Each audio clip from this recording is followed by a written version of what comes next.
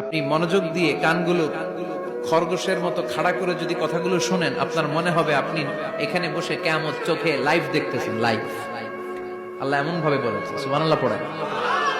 তা আসুন আমরা সরাসরি কিয়ামতকে দেখে আসি। আসলে কিয়ামতটা কেমন বর্ণনা করছেন কে? আল্লাহ। সূরার নাম হচ্ছে সূরাতুল কারিয়া। কি নাম? আওয়াজ করে উত্তর দিতে হবে। সূরার নাম আল কারিয়া। চিৎকার মেরে বলেন সূরার নাম কি? আল কারিয়া। এটা মাক্কি সূরা। কি সূরা? বিশ্বনবীর জীবনের দুইটা পর্ব, একটা মাক্কি পর্ব আর একটা মাদানী পর্ব। এটা মাদানী পর্বে নাজিল হয়নি, এটা নাজিল হয়েছে মাক্কি পর্বে। এই সূরার আয়াত সংখ্যা 11। এটা কোরআনের 101 নম্বর সূরা।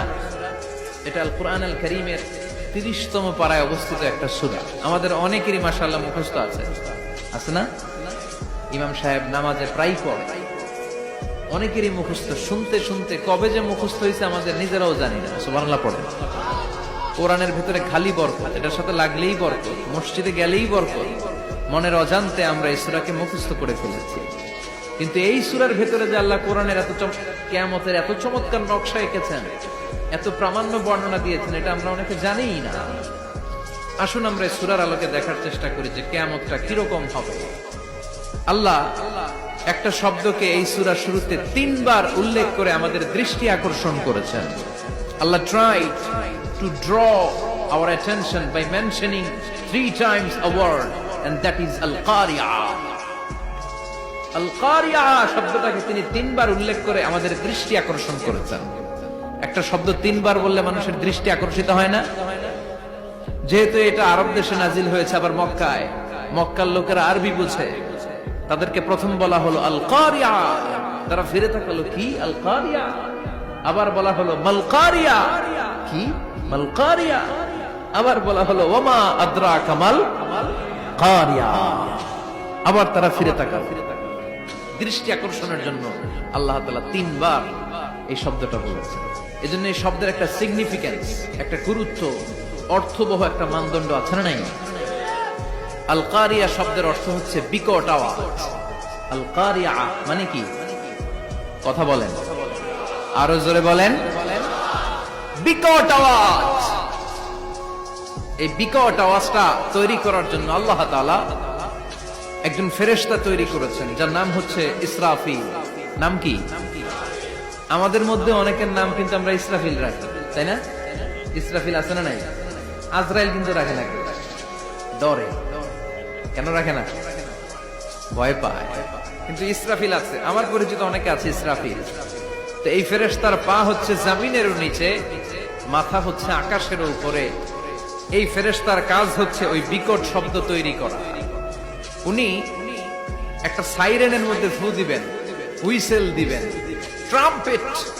ওই ট্রাম্পিটে, ওই সাইরেনে, ওই হুইসেলে ফু দিলেই শুরু হয়ে যাবে আল কারিয়া। মাল ওমা আদরাকা মাল। এই ফেরেশতার দায়িত্বই হচ্ছে ওই বাঁশির মধ্যে ফু দেয়া। Whistle, siren, trumpet. আরবিতে এটাকে বলা হয় আসসুর। ইদা নুফিখা ফিস সূরি নাফখা ওয়াহিদা। যখন তিনি ওই সিংহে একটা ফু দিবেন, সব লন্ডভন্ড হয়ে যাবে, কিচ্ছু খুঁজে পাওয়া যাবে না। আল্লাহ ওনাকে তৈরি করেছেন শুধু এই হুইসেলের মধ্যে, বাঁশির মধ্যে 3টা ফু দেওয়ার জন্য। কয়টা? উনি সৃষ্টির শুরু থেকেই এই বাঁশিটাকে 2 ঠোঁটের মাঝখানে রেখে আল্লাহর আরশের দিকে তাকিয়ে আছে, and just waiting for the green signal।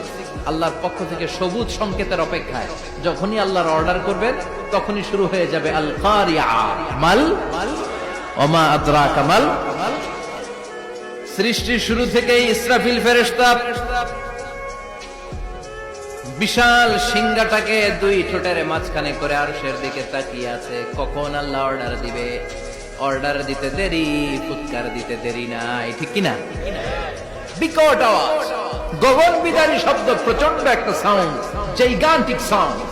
যে আওয়াজ, যে শব্দ কেউ শোনে না। শুনছেন?